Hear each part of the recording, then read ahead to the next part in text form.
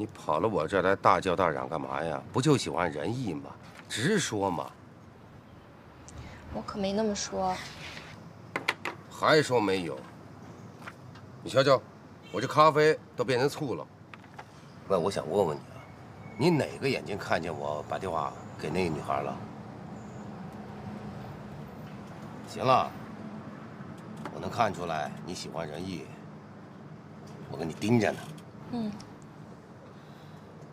哎，既然你喜歡他，那咱們就應該分析一下他啊。仁義的學歷又高，人又帥，別說那幾個模特盯着他，我們公司的好幾個女孩都盯着他呢，你可要小心一點。啊？還有誰啊？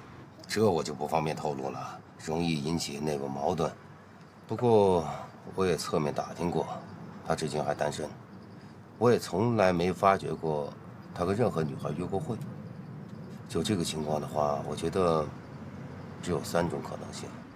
哪3種呢？第一種，他同性戀。不可能。这第2種，性冷淡。胡說，您又胡說了。啊不，這個不太會胡說啊。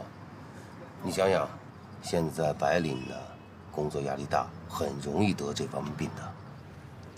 您是在說您自己嗎？我是嗎？我是一個例外，好嗎？那你怎麼知道他不是個例外呢？行，他是個例外。第3種嗎？這第3種呢，就比較關鍵了。